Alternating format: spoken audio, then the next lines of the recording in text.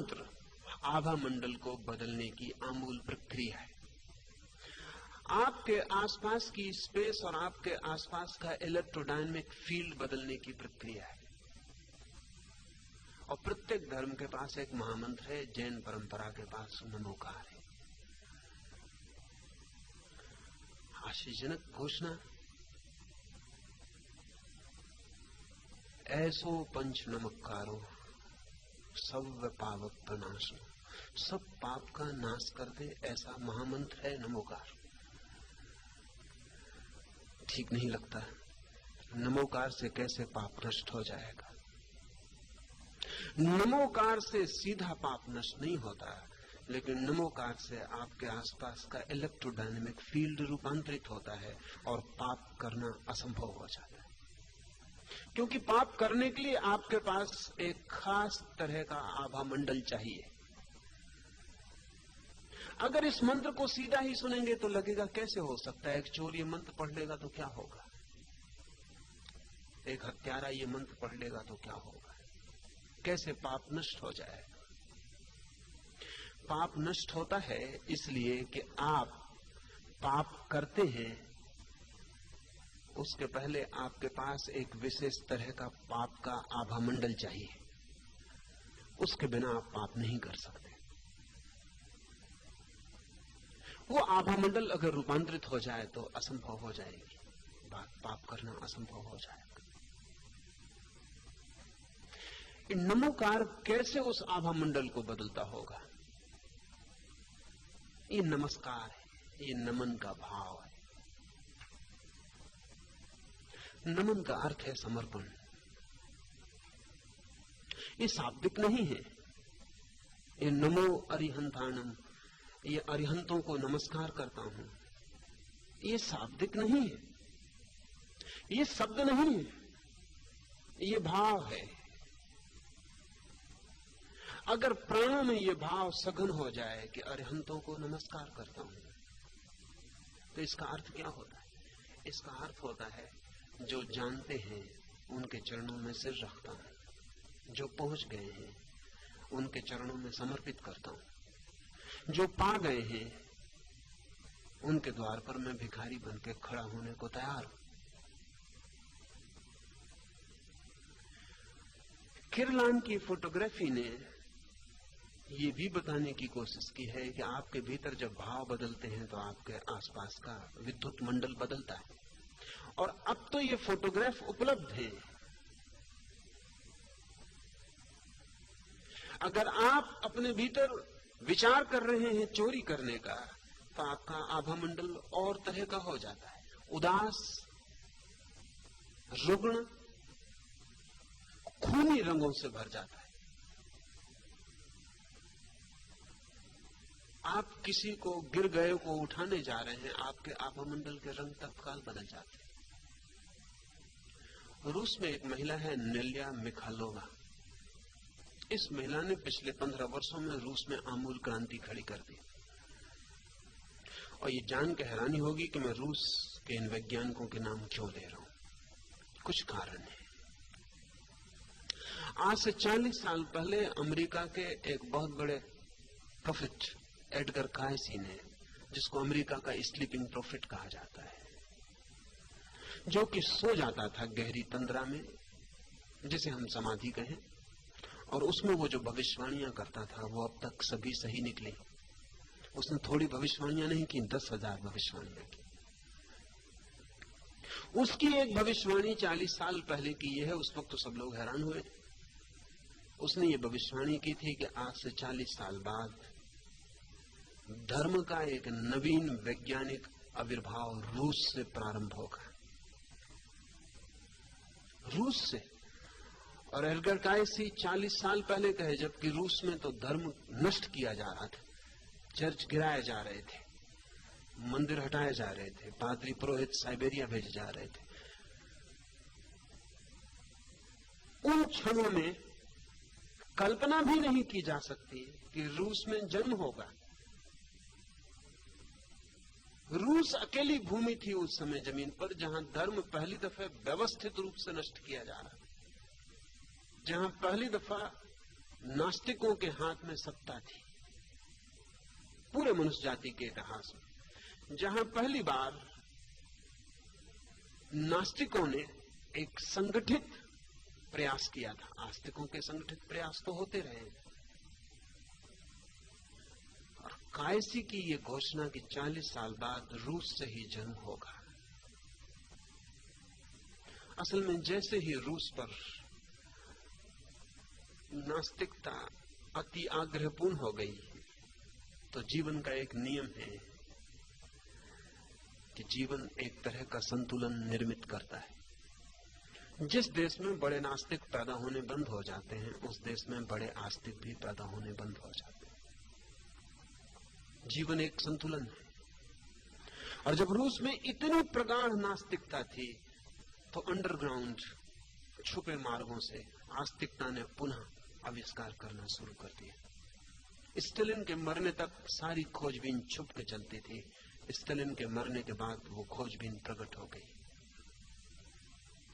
Stalin खुद भी बहुत हैरान था, वो मैं बात आपसे करूंगा।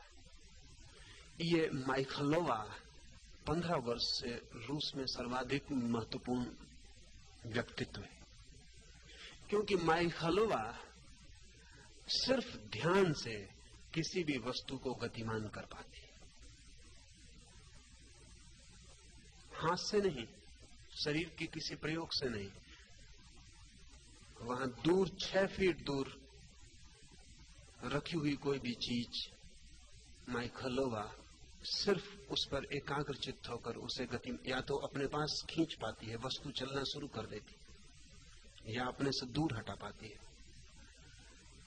या मैग्नेटिक नीडल लगी हो तो उसे घुमा पाती है, या घड़ी हो तो उसके कांटे को तेजी से चक्कर दे पाती है, या घड़ी हो तो बंद कर पाती है। सैकड़ों प्रयोग। लेकिन एक बहुत हैरानी की बात है कि अगर माइखलोवा प्रयोग कर रही हो और आसपास संदेशी लोग हों तो उसे 5 घंटे लग जाते, तब वो हिला पाती है। अगर आसपास मित्र हो, सहानुभूतिपूर्ण हो, तो वो आधा घंटे में हिला पाती। अगर आसपास श्रद्धा से भरे हुए लोग हो तो 5 मिनट में। और एक मजे की बात है कि जब उसे 5 घंटे लगते हैं किसी वस्तु को हिलाने में, तो उसका कोई 10 पौंड वजन कम हो जाता है। जब उसे आधा घंटा लगता है तो कोई 3 पौंड वजन कम होता है, और जब 5 मिनट लगते हैं तो उसका कोई वजन कम नहीं होता। ये 15 सालों के बड़े वैज्ञानिक प्रयोग किए गए हैं। 2 नोबेल प्राइज विनर वैज्ञानिक डॉक्टर वसीलिएव और कामिनिएव और 40 और चोटी के वैज्ञानिकों ने हजारों प्रयोग करके इस बात की घोषणा की है कि माइखलोवा जो कर रही है वो तथ्य।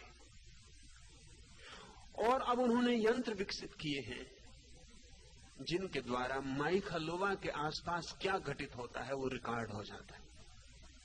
3 बातें रिकॉर्ड होती हैं। एक तो जैसे ही माइखलोवा ध्यान एकाग्र करती है, उसके आसपास का आभा मंडल सिकुड़ कर एक धारा में बहने लगता है, जिस वस्तु के ऊपर वो ध्यान करती है, जिसे लेसर रे की तरह, एक विद्युत की किरण की तरह संग्रहित हो जाता है। और उसके चारों तरफ क्रिलान की फोटोग्राफी से जैसे कि समुद्र में लहरें उठती हैं, ऐसा उसका आभा मंडल तरंगित होने लगता है, और वो तरंगें चारों तरफ फैलने लगती हैं। उन्हीं तरंगों के धक्के से वस्तुएं हटती हैं या पास खींची जाती हैं। सिर्फ भाव मात्र, उसका भाव की वस्तु मेरे पास आ जाए, वस्तु पास आ जाती है, उसका भाव की दूर हट जाए, वस्तु दूर चली जाती है। इससे भी हैरानी की बात जो तीसरी है वो ये कि रूसी वैज्ञानिकों का ख्याल है कि ये जो एनर्जी, ये चारों तरफ जो ऊर्जा फैलती है, इसे संग्रहित किया जा सकता है, इसे यंत्रों में संग्रहित किया जा सकता है। निश्चित ही जब एनर्जी है तो संग्रहित की जा सकती है, कोई भी ऊर्जा संग्रहित की जा सकती है। और इस प्राण ऊर्जा का, जिसको योग प्राण कहता है, ये ऊर्जा अगर यंत्रों में संग्रहित हो जाए तो उस समय जो मूल भाव था व्यक्ति का, वो गुण उस संग्रहित शक्ति में भी बना रहता है। जैसे माइखलोवा अगर किसी वस्तु को अपने पास खींच रही है उस समय उसके शरीर से जो ऊर्जा गिर रही है, जिसमें उसका कि 3 पाउंड या 10 पाउंड वजन कम हो जाएगा, वो ऊर्जा संग्रहित की जा सकती है। ऐसे रिसेप्टिव यंत्र तैयार किए हैं कि वो ऊर्जा उन यंत्रों में प्रविष्ट हो जाती है और संग्रहित हो जाती है। फिर यदि उस यंत्र को इस कमरे में रख दिया जाए और आप कमरे के भीतर आए, तो वो यंत्र आपको अपनी तरफ खींचेगा, आपका मन होगा उसके पास जाए। यंत्र के, आदमी वहां नहीं। और अगर माइक हलवा किसी वस्तु को दूर हटा रही थी और शक्ति संग्रहित की है, तो आप इस कमरे में आएंगे और तत्काल बाहर भागने का मन होगा। क्या भाव शक्ति में इस भांति प्रविष्ट हो जाते हैं? मंत्र की यही मूल आधारशिला है। शब्द में, विचार में, तरंग में भाव संग्रहित और समाविष्ट हो जाते हैं। जब कोई व्यक्ति कहता है नमो अरिहंतान, मैं उन सबको जिन्होंने जीता और जाना अपने को, उनकी शरण में छोड़ता हूं, तब उसका अहंकार तत्काल विगलित होता है। और जिन जिन लोगों ने इस जगत में अरिहंतों की शरण में अपने को छोड़ा है, उस महाधारा में उसकी शक्ति सम्मिलित होती।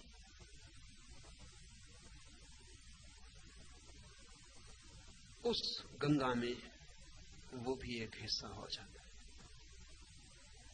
और इस चारों तरफ आकाश में इस अरिहंत के भाव के आसपास जो ग्रूव्स निर्मित हुए हैं, जो स्पेस में, आकाश में जो तरंगें संग्रहित हुई हैं, उन संग्रहित तरंगों में आपकी तरंग भी चोट करती है। आपके चारों तरफ एक वर्षा हो जाती है जो आपको दिखाई नहीं पड़ती। आपके चारों ओर एक और दिव्यता का, भगवत्ता का लोक निर्मित हो जाता है। इस लोक के साथ, इस भावलोक के साथ आप दूसरे तरह के व्यक्ति हो जाते हैं। महामंत्र स्वयं के आसपास के आकाश को, स्वयं के आसपास के आभामंडल को बदलने की कीमिया है। और अगर कोई व्यक्ति दिन रात जब भी उसे स्मरण मिले तभी नमोकार में डूबता रहे, तो वह व्यक्ति दूसरा ही व्यक्ति हो जाएगा। वो वही व्यक्ति नहीं रह सकता जो वो था। 5 नमस्कार हैं। अरिहंत को नमस्कार। अरिहंत का अर्थ होता है जिसके सारे शत्रु विनष्ट हो गए,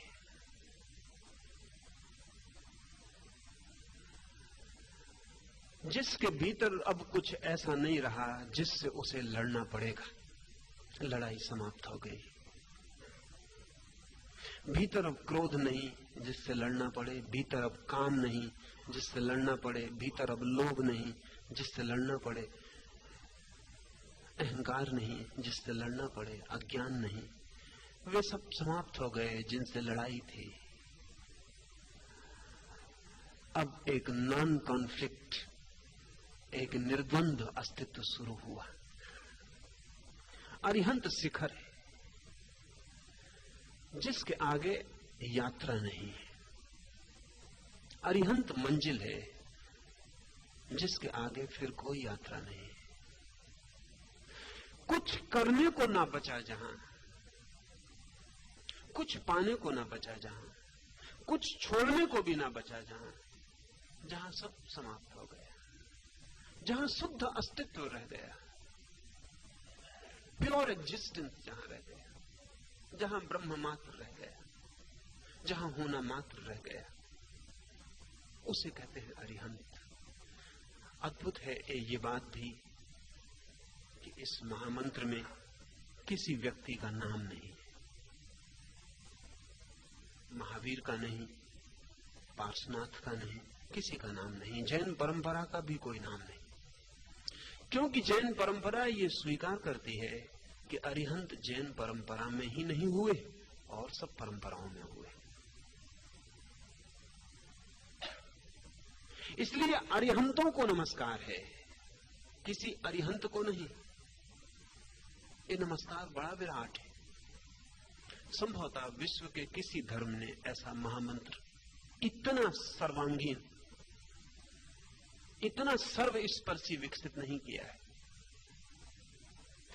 व्यक्ति पर जैसे ख्याल ही नहीं है, शक्ति पर ख्याल है, रूप पर ध्यान ही नहीं है, वो जो अरूप सत्ता है उसी का ख्याल। अरिहंतों को नमस्कार। अब महावीर को जो प्रेम करता है कहना चाहिए महावीर को नमस्कार, बुद्ध को जो प्रेम करता है कहना चाहिए बुद्ध को नमस्कार, राम को जो प्रेम करता है कहना चाहिए राम को नमस्कार। पर यह मंत्र बहुत अनूठा है, ये बेजोड़ है, और किसी परंपरा में ऐसा मंत्र नहीं है जो सिर्फ इतना कहता है अरिहंतों को नमस्कार, उन सबको नमस्कार जिनकी मंजिल आ गई है। असल में मंजिल को नमस्कार, वो जो पहुंच गए उसको नमस्कार। लेकिन अरिहंत शब्द निगेटिव है, नकारात्मक है। उसका अर्थ है जिनके शत्रु समाप्त हो गए। वो पॉजिटिव नहीं, वो विधायक नहीं। असल में इस जगत में जो श्रेष्ठतम अवस्था है उसको निषेध से ही प्रकट किया जा सकता है, नेति नेति से ही। उसको विधायक शब्द नहीं दिया जा सकता। उसके कारण है सभी विधायक शब्दों में सीमा आ जाती है, निषेध में सीमा नहीं होती। अगर मैं कहता हूं ऐसा है तो एक सीमा निर्मित होती है, अगर मैं कहता हूं ऐसा नहीं है तो कोई सीमा निर्मित नहीं की कोई सीमा नहीं है कि तो सीमा है, तो है तो बड़ा छोटा शब्द है, नहीं है बहुत विराट है। इसलिए परम शिखर पर रखा है अरिहंत को। सिर्फ इतना ही कहा है कि जिनके शत्रु समाप्त हो गए, जिनके अंतर्द्वंद विलीन हो गए, नकारात्मक, जिनमें लोभ नहीं, मोह नहीं, काम नहीं। क्या है ये नहीं कहा, क्या नहीं है जिनमें वो कहा। इसलिए अरिहंत बहुत वायवीय, बहुत एब्स्ट्रैक्ट शब्द है और शायद पकड़ में ना आए, इसलिए ठीक दूसरे शब्द में पॉजिटिव का उपयोग किया है, नमो सिद्धानम। सिद्ध का अर्थ होता है वे जिन्होंने पा लिया, अरिहंत का अर्थ होता है वे जिन्होंने कुछ छोड़ दिया। सिद्ध बहुत पॉजिटिव शब्द है, सिद्धि, उपलब्धि, अचीवमेंट, जिन्होंने पा लिया। लेकिन ध्यान रहे उनको ऊपर रखा है जिन्होंने खो दिया, उनको नंबर 2 पर रखा है जिन्होंने पा लिया। क्यों? सिद्ध अरिहंत से छोटा नहीं होता, सिद्ध वहीं पहुंचता है जहां अरिहंत पहुंचता है। लेकिन भाषा में पॉजिटिव नंबर 2 पर रखा जाएगा, नहीं, शून्य प्रथम है, होना द्वितीय है। इसलिए सिद्ध को दूसरे स्तर पर रखा। लेकिन सिद्ध के संबंध में भी सिर्फ इतनी ही सूचना है, पहुंच गए, और कुछ नहीं कहा, कोई विशेषण नहीं जोड़ा। पर जो पहुंच गए इतने से भी हमारी समझ में नहीं आएगा। अरिहंत भी हमें बहुत दूर लगता है।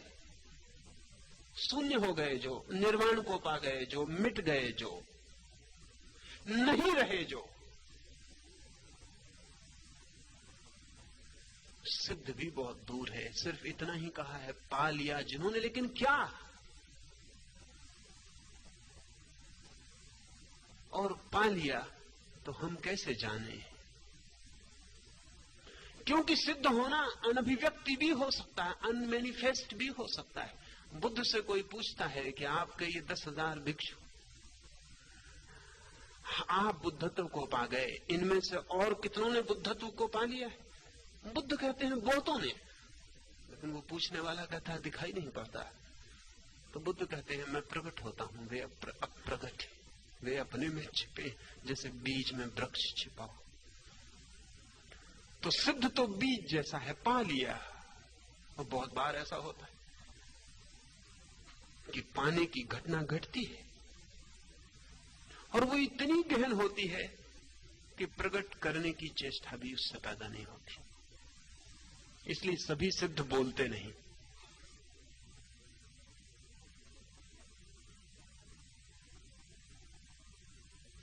सभी अरिहंत बोलते नहीं।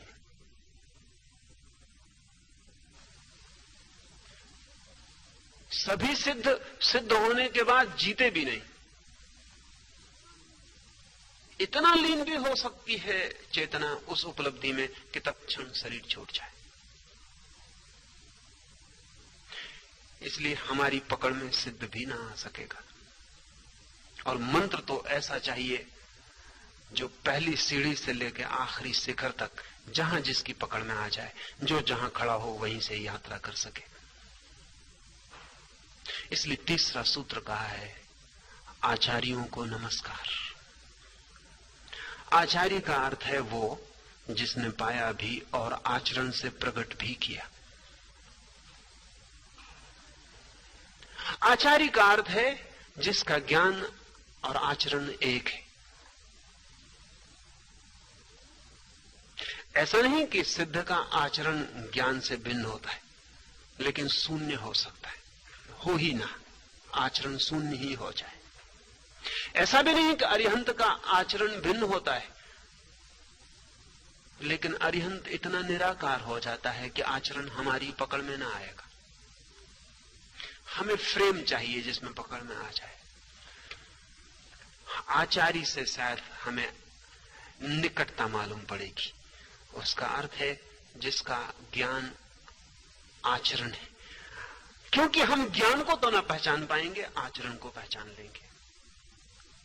इससे खतरा भी हुआ, क्योंकि आचरण ऐसा भी हो सकता है जैसा ज्ञान ना हो। एक आदमी अहिंसक ना हो, अहिंसा का आचरण कर सकता है।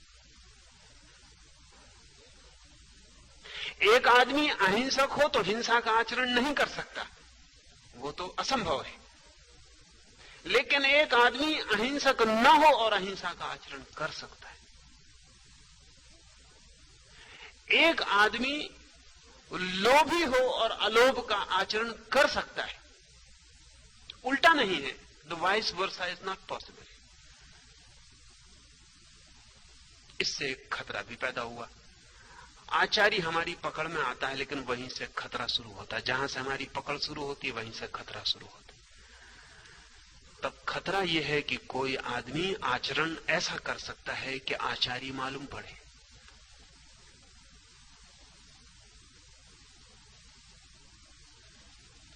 तो मजबूरी है हमारी, जहां से सीमाएं बनती शुरू होती हैं वहीं से हमें दिखाई पड़ता है, और जहां से हमें दिखाई पड़ता है वहीं से हमारे अंधे होने का डर है।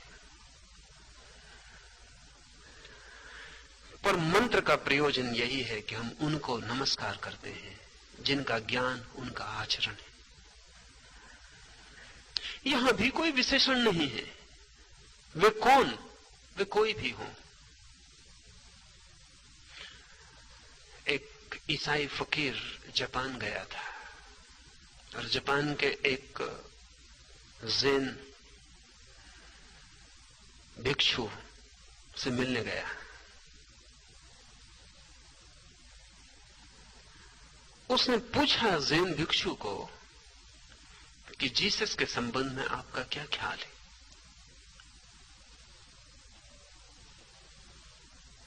उस भिक्षु ने कहा, मुझे जीसस का कुछ भी पता नहीं, तुम कुछ कहो ताकि मैं ख्याल बना सकूं। तो उसने कहा कि जीसस ने कहा है जो तुम्हारे गाल पर एक चांटा मारे तुम दूसरा गाल उसके सामने कर देना। तो उस ज़ेन फकीर ने कहा, आचार्य को नमस्कार।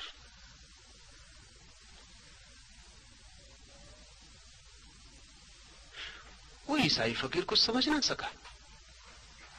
उसने कहा, जीसस ने कहा है कि जो अपने को मिटा देगा वही पाएगा। उस ज़ेन फकीर ने कहा, सिद्ध को नमस्कार। वो कुछ समझ ना सका। उसने कहा, आप क्या कह रहे हैं। उस ईसाई फकीर ने कहा कि जीसस ने अपने को सूली पर मिटा दिया, वे शून्य हो गए, मृत्यु को उन्होंने चुपचाप स्वीकार कर लिया, वे निराकार में खो गए। उस ज़ेन फकीर ने कहा, अरिहंत को नमस्कार। आचरण और ज्ञान एक हैं, जहां उसे हम आचार्य कहते हैं। वो सिद्ध भी हो सकता, वो अरिहंत भी हो सकता, लेकिन हमारी पकड़ में वो आचरण से आता है। पर जरूरी नहीं, क्योंकि आचरण बड़ी सूक्ष्म बात है। और हम बड़ी स्थूल बुद्धि के लोग हैं। आचरण बड़ी सूक्ष्म बात है, तय करना कठिन है कि जो आचरण है, अब जैसे कि महावीर का नग्न खड़ा हो जाना,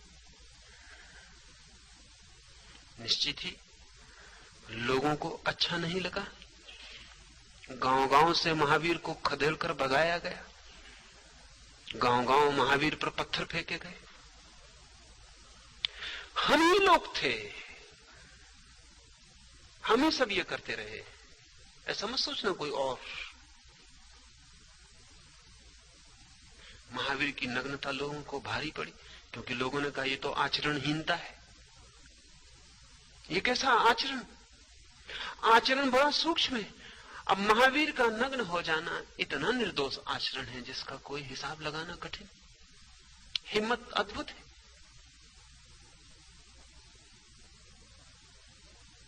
महावीर इतने सरल हो गए कि छिपाने को कुछ ना बचा।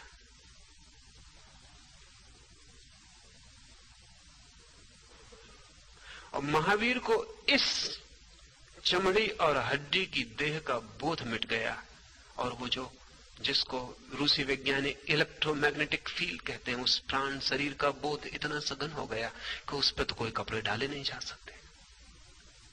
कपड़े गिर गए। और ऐसा भी नहीं कि महावीर ने कपड़े छोड़े, कपड़े गिर गए। एक दिन गुजरते हैं, एक राह से चादर उलझ गई है एक झाड़ी में, तो झाड़ी के फूल ना गिर जाएं, पत्ते ना टूट जाएं, कांटों को चोट ना लग जाए, तो आधी चादर फाड़ के वहीं छोड़ दी। फिर आधी रह गई शरीर पर, फिर वह भी गिर गई। वो कब गिर गई उसका महावीर को पता न चला। लोगों को पता चला कि महावीर नग्न खड़े। आचरण सहना मुश्किल हो गया। आचरण के रास्ते सूक्ष्म है, बहुत कठिन है, और हम सबके आचरण के संबंध में बंधे बंधाए ख्याल है। ऐसा करो, और जो ऐसा करने को राजी हो जाते हैं वे करीब करीब मुर्दा लोग हैं। जो आपकी मान के आचरण कर लेते हैं उन मुर्दों को आप काफी पूजा देते हैं। इसमें कहा है आचार्यों को नमस्कार। आप आचरण तय नहीं करेंगे, उनका ज्ञान ही उनका आचरण तय करेगा। और ज्ञान परम स्वतंत्रता है। जो व्यक्ति आचार्य को नमस्कार कर रहा है वो ये भाव कर रहा है कि मैं नहीं जानता क्या है ज्ञान, क्या है आचरण, लेकिन जिनका भी आचरण उनके ज्ञान से उपजता और बहता है उनको मैं नमस्कार करता हूं। अभी भी बात सूक्ष्म है, इसलिए चौथे चरण में उपाध्यायों को नमस्कार। उपाध्याय का अर्थ है आचरण ही नहीं, उपदेश भी। उपाध्याय का अर्थ है ज्ञान ही नहीं, आचरण ही नहीं, उपदेश भी। वे जो जानते हैं, जानकर वैसा जीते हैं, और जैसा वे जीते हैं और जानते हैं वैसा बताते भी हैं। उपाध्याय का अर्थ है वो जो बताता भी है। क्योंकि हम मौन से ना समझ पाए। आचार्य मौन हो सकता है, वो मान सकता है कि आचरण काफी है, और अगर तुम्हें आचरण दिखाई नहीं पड़ता तो तुम जानो। उपाध्याय आप पर और भी दया करता है, वो बोलता भी है, वो आपको कह के भी बताता है। ये चार सुस्पष्ट रेखाएं, लेकिन इन चार के बाहर भी जानने वाले छूट जाएंगे, क्योंकि जानने वालों को बांधा नहीं जा सकता कैटेगरीज में। इसलिए मंत्र बहुत हैरानी का है। इसलिए चौथे में, पांचवें चरण में एक सामान्य नमस्कार है। नमो लोए सव्य साहूनम। लोक में जो भी साधु हैं उन सबको नमस्कार।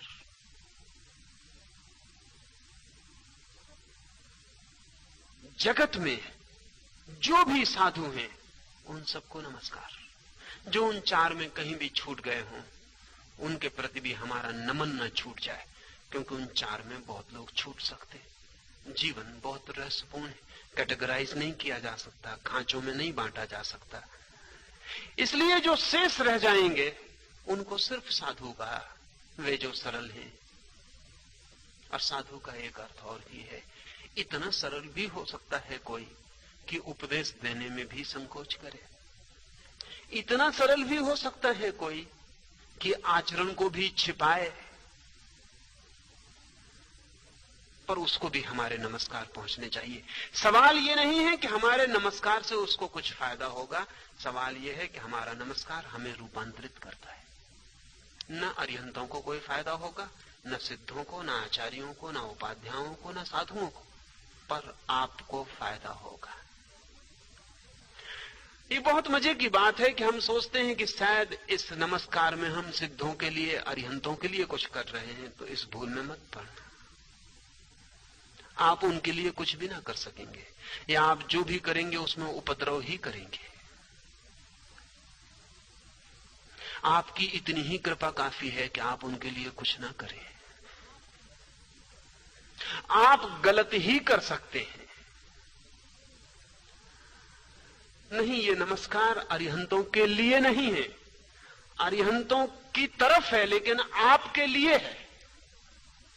इसके जो परिणाम है वो आप पर होने वाले हैं, जो फल है वो आप पर बरसेगा। अगर कोई व्यक्ति इस भांति नमन से भरा हो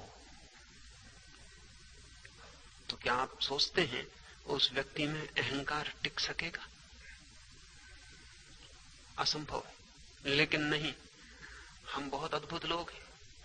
अगर अरिहंत सामने खड़ा हो तो हम पहले इस बात का पता लगाएंगे कि अरिहंत है भी।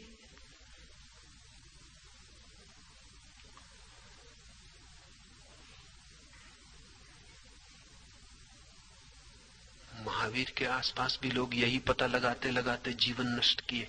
अरिहंत है भी, तीर्थंकर है भी। आज आपको पता नहीं है, आप सोचते हैं कि बस तय हो गया। महावीर के वक्त में बात इतनी तय न थी। और भी भीड़ें थीं, और भी लोग थे जो कह रहे थे ये अरिहंत नहीं है, अरिहंत और है, गौशालक है अरिहंत, ये तीर्थंकर नहीं है, ये दावा झूठा है। महावीर का तो कोई दावा नहीं था, लेकिन जो महावीर को जानते थे वे दावे से बच भी नहीं सकते थे। उनकी भी अपनी कठिनाई थी। पर महावीर के समय पूरे चारों ओर यही विवाद था। लोग आके जांच करने आते कि महावीर अरिहंत है या नहीं, वे तीर्थंकर हैं या नहीं, वे भगवान हैं या नहीं। बड़ी आश्चर्य की बात है, आप जांच भी कर लेंगे और सिद्ध भी हो जाएगा कि महावीर भगवान नहीं है, आपको क्या मिलेगा?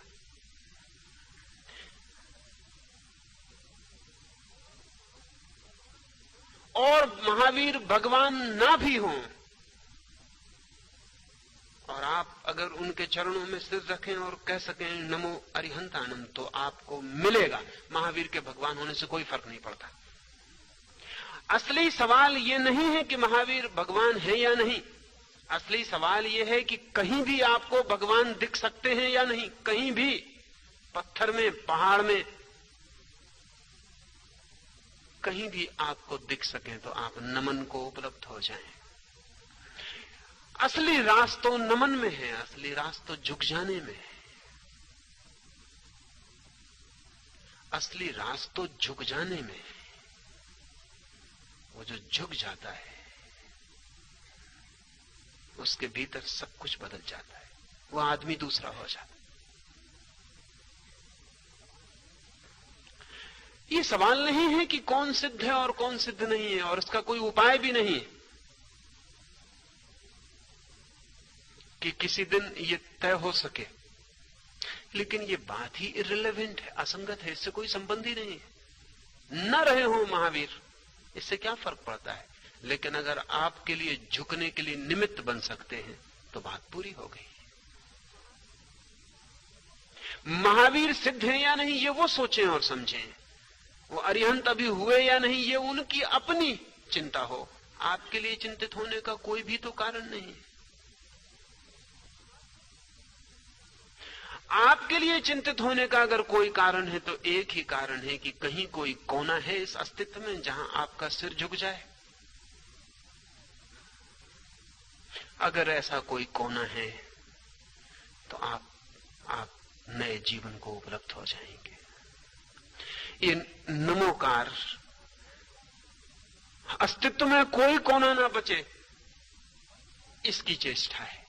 सब कोने जहां जहां सिर झुकाया जा सके, अज्ञात, अनजान, अपरिचित, पता नहीं कौन साधु है इसलिए नाम नहीं लिए, पता नहीं कौन अरिहंत है, पर इस जगत में जहां अज्ञानी है वहां ज्ञानी भी है, क्योंकि जहां अंधेरा है वहां प्रकाश भी है, जहां रात सांझ होती है वहां सुबह भी होती है, जहां सूरज अस्त होता है वहां सूरज उगता भी है। ये अस्तित्व द्वंद की व्यवस्था है। तो जहां इतना सघन अज्ञान है वहां इतना ही सघन ज्ञान भी होगा ही। ये श्रद्धा है, और इस श्रद्धा से भरकर जो ये 5 नमन कर पाता है वो एक दिन कह पाता है कि निश्चय ही मंगल में है ये सूत्र।